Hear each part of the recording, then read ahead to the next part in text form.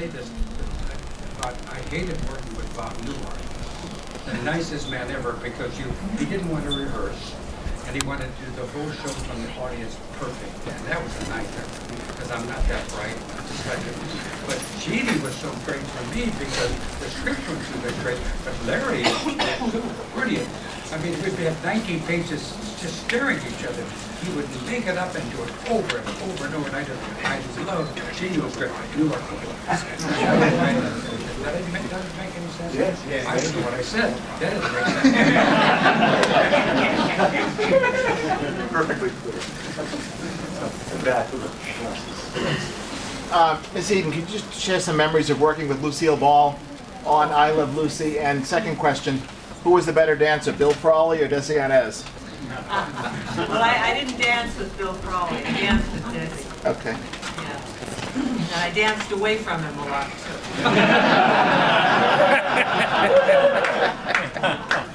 Lucy was a love. She was just a love. That was the third show I ever did in Hollywood on film. And she, at the time, wanted to sign me to a contract. But I had already made a test at Fox, and they picked it up. They picked their option up while I was working on Lucy's show. But she couldn't have been kinder or more generous. Really wonderful and unusual for an older actress to do that. To be kind and generous? Yes. Was she keeping her eye on him? Was she aware of his moves in your direction? You know, I think she always knew. I know that because I was told before I went on to be very careful, so I was, and I think she appreciated that. Were there lessons you learned from her that you carried when you were the lead in a sitcom? Were you remembering some of what she did to make people comfortable? Did you carry that through on your set? Oh no, I don't think you can learn those things from other people. I learned from my mother. You know, I think you learn from your family how to treat other human beings. Mm-hmm. And I think Lucy probably learned from her family. What I did learn from Lucy was hard work, and it pays off. Thank you very much.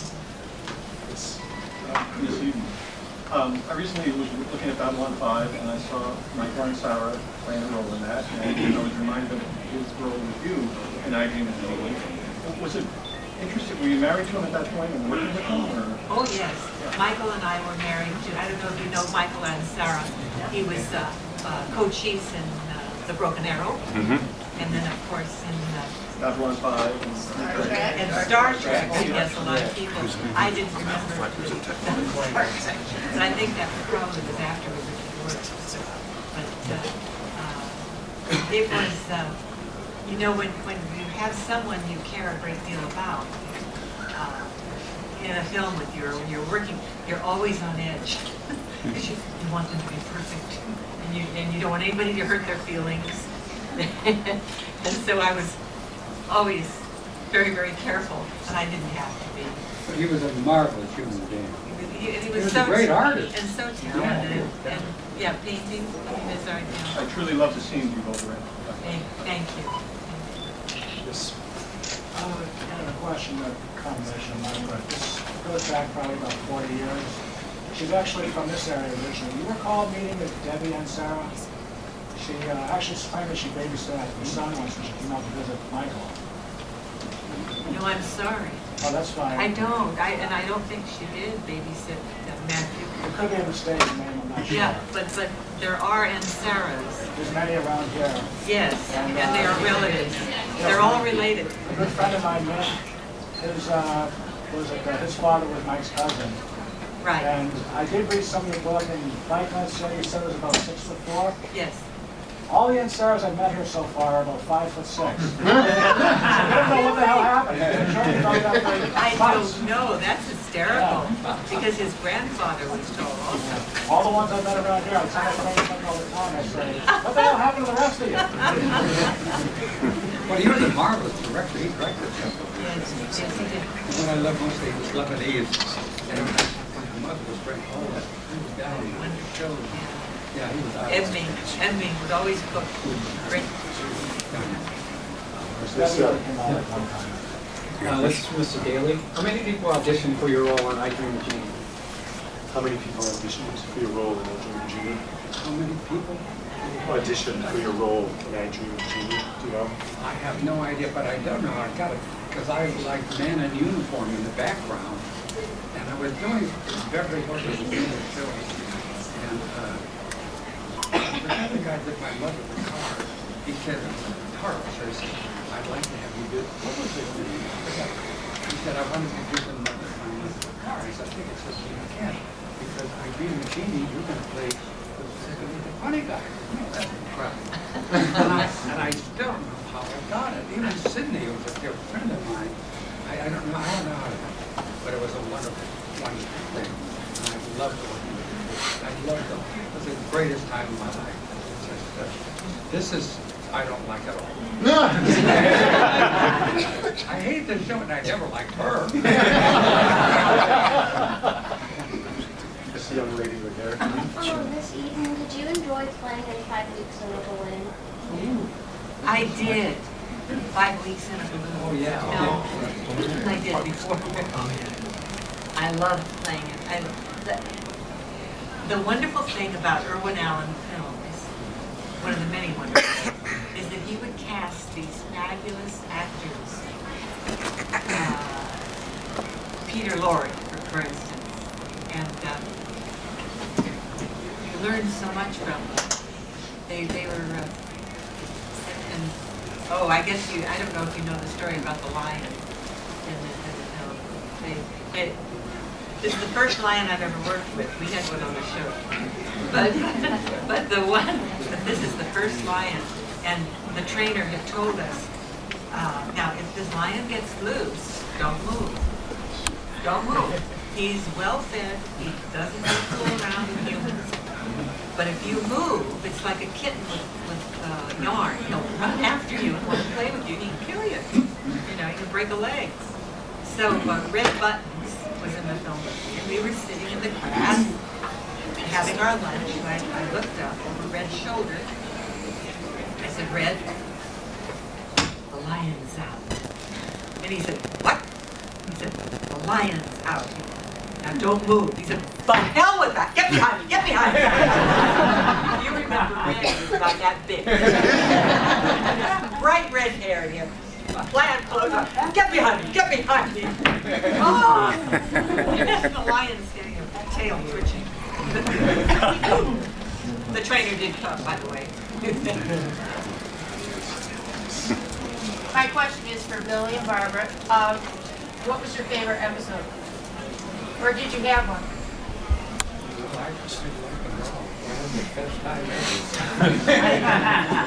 I didn't really have a best episode. I would say probably the pilot. Because I wasn't in it. I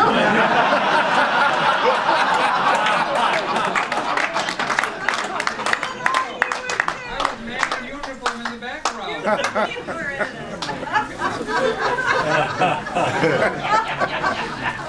You were in it. You were in it. Oh. Boy, that was fun. Were you pregnant by then in the past? No. Just during the first season? No, it just I did the pilot, and then there's a period of time when they're selling it. And I found out that the pilot had sold the same day my doctor called me to tell me I was going to have a baby. Oh, that's And I was so thrilled. I mean, Mike and I were so happy. We had tried. So I got hold of Sidney, and he was having dinner at someone's home that night. I had to tell him right away. So I went over to the house, and he took me in a room. He looked down and he said, "You're pregnant," like that. And I said, "Yes! And I can't do your show." And there was a big smile on my face. And he went, "Oh no." And we talked a little, then I realized I was being ecstatic about something he wasn't ecstatic about. And he said do the best he could to keep me on the show, and he did. He was a lovely man. He did, yes he was. Yes he was. Who was that again? The producer? Sidney Sheldon. Creator. Yeah. Had an Academy Award. Well, at my age, we lost everybody. Yes. Cameraman. Did you mentioned her in Alan, Barbara, and I can't get over. I remember you running around the Sea View on Voyage to the Bottom of the Sea movie in high heels, and I'm like, what's up with that? That was me, by the way. That was you too. You rocked those heels, man. I think Joan Fontaine and I both got very good reviews for those deals. Yes. Yeah, we did. My question was also about playing Lieutenant Kathy Connors, was it? I guess. I know. And I was wondering, that scene where you're playing the trumpet, you're just adorable in that scene. And I was wondering, did you have to learn how to play the trumpet, or was it dubbed? Well, I didn't really play the trumpet, did I? You did? Yeah. I danced. You danced and you had a trumpet, a gold trumpet. Well, that was, Frankie Avalon. Frankie Avalon played the trumpet. No, but I mean, in the movie, Voyage to the Bottom of the Sea. Yeah, you had- Frankie Avalon played the trumpet. And I sort of danced. I remember you playing the trumpet for some reason, but, and then of course the scene in I Know where Tony's mother comes to visit. Oh, I like that. Exactly. Yeah. Thank you.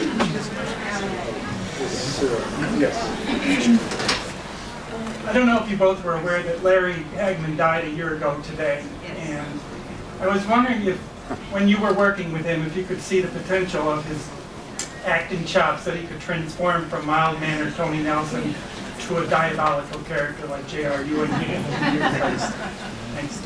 Well, we knew he was a fine actor. But you know, there are many actors. We all study. We all are more than one dimension. And of course, we knew Larry was. Yeah, sure. Larry was, we were doing the Larry King show, and he didn't like me, he didn't like the show, and he was, I'll never forget this moment ever again. And Larry King, he was a big fan of it. He said, talking about Larry, and he said, who's your favorite actor? And Larry hated me. He was just, I hate this show. And he said, I'll never forget this moment, changed our relationship. Who's your favorite actor? I said, Jack Nicholson is my favorite actor, but I think Jack Nicholson could play J.R., but Jack Nicholson could be, never play Major Nelson. This is my friend. We began, and then from that moment on, we were friends. It's true. Think about him, that to play that hard, and those two are so brilliantly done. He was a genius, really. Incredible. Boy, I miss him. I mean, really. Yeah. We have spent a lot of time with Larry over the last, I guess, 8 years, doing shows like these. And I toured with him in Love Letters. Every year we do something with Love Letters. So it's, we really had a good relationship at the end of his life. Me too. I really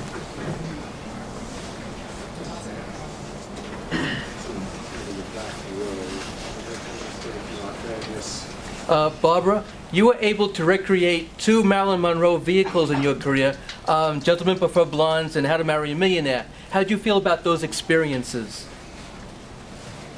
Well, How to Marry a Millionaire was the first thing I ever did at Fox when I was under contract.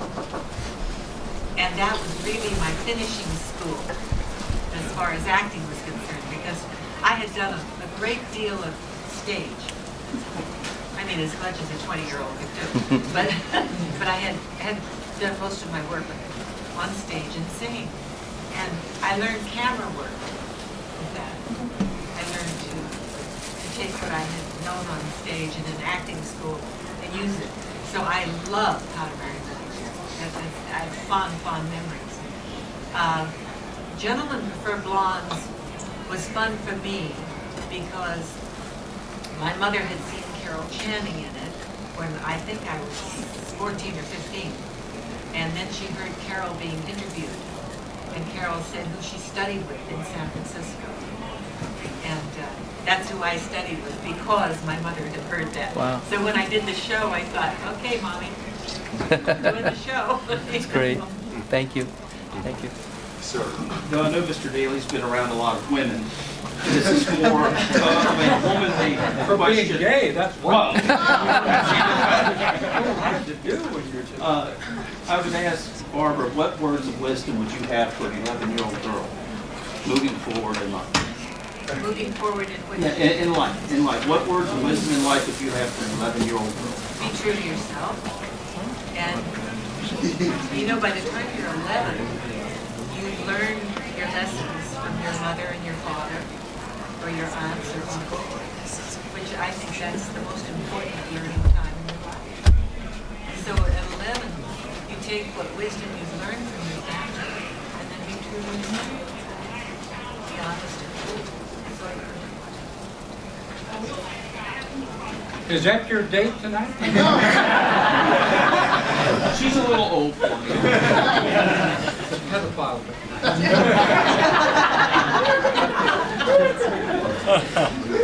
Okay. And of course, your ad, dancing away from the Ricky Ricardo's hips as well. Very nice. With the show being so funny and all the physical comedy and stuff, were there ever times where it was just really difficult to film a scene because you guys just couldn't stop laughing or something on the set and drive the director crazy, that kind of thing?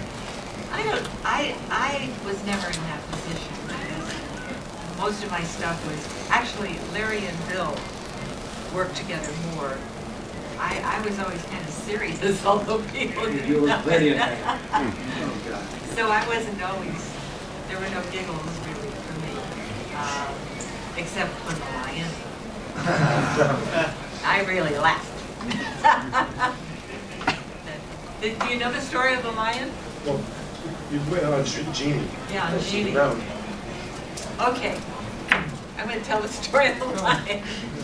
We, as you know, I had that experience at Fox with the lion, so I knew you are supposed to go over and make friends with the lion if you're going to work with them.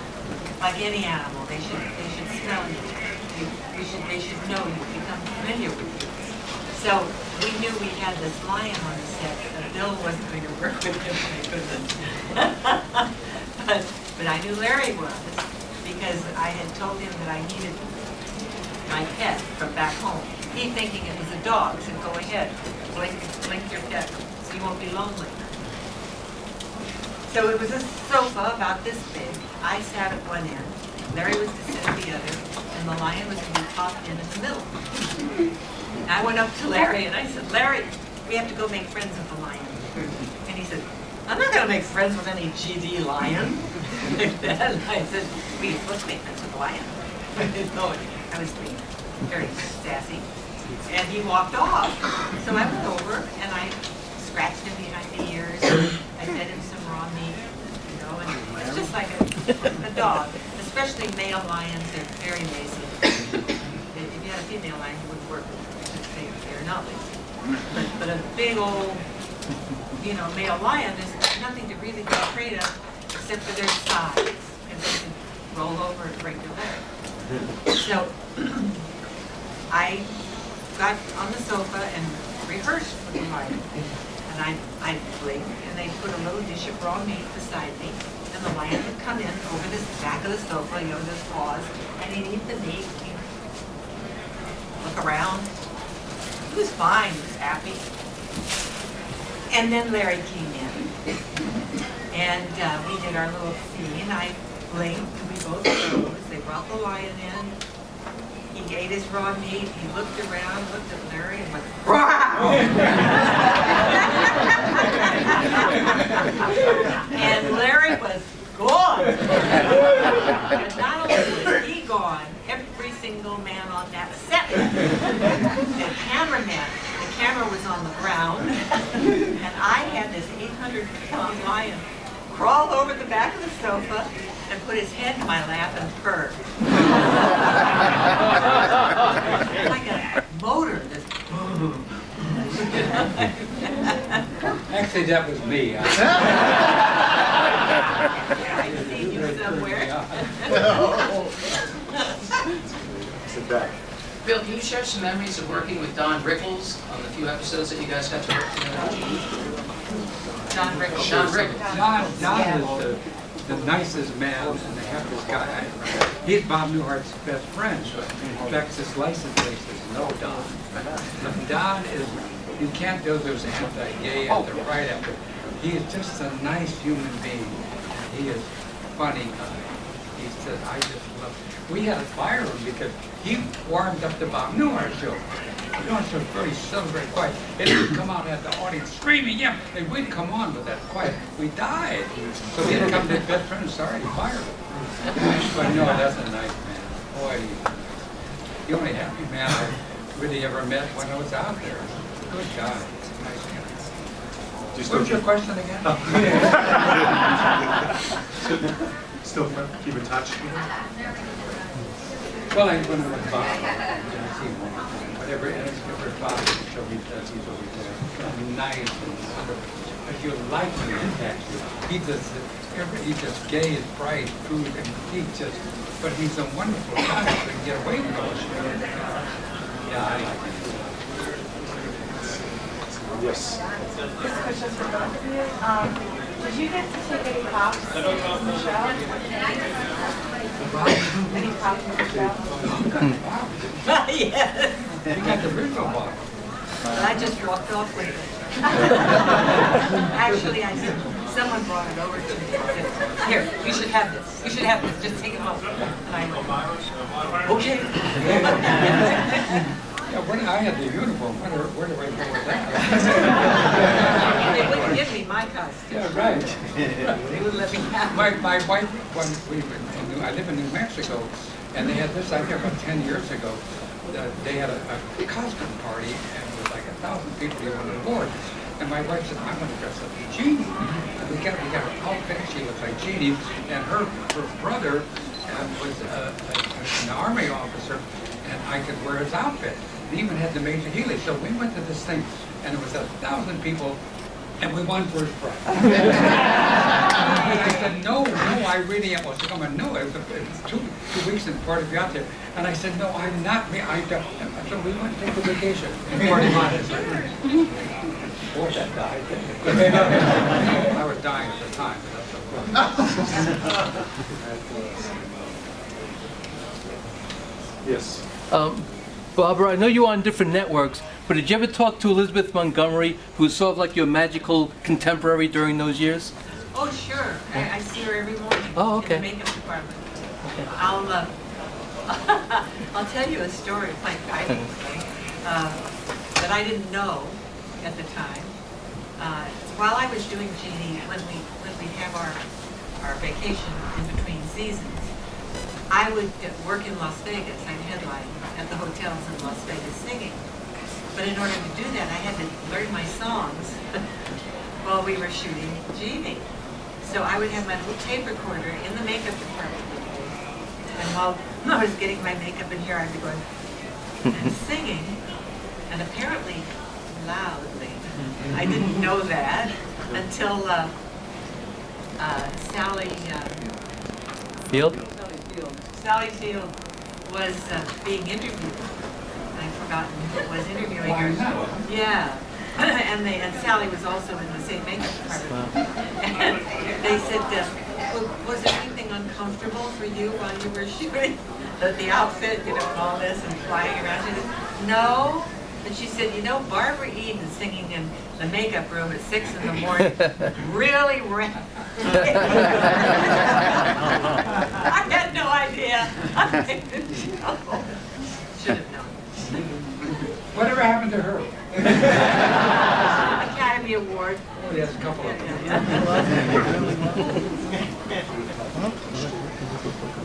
Yes. I have a question about the episodes. Were you both aware at the time that was probably going to be the last episode, and were there 2 endings for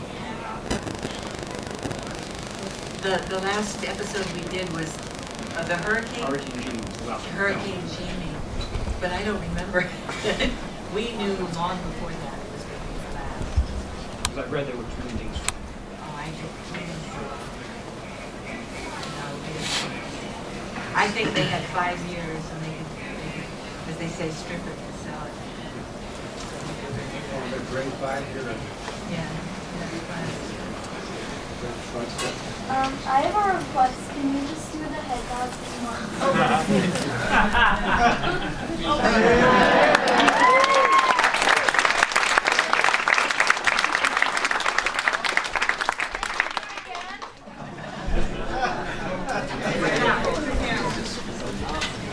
Hey, can you guys get down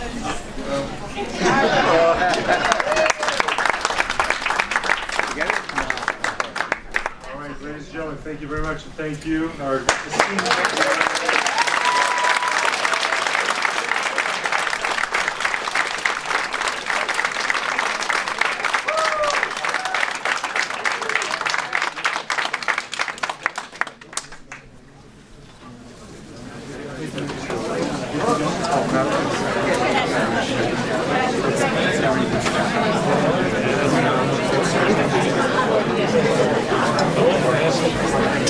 That was kind of awesome.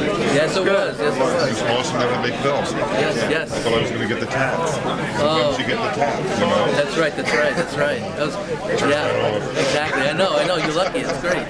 That's great. They were pretty lenient in here. Yeah. Yeah. Knock on wood. Yeah. Yeah.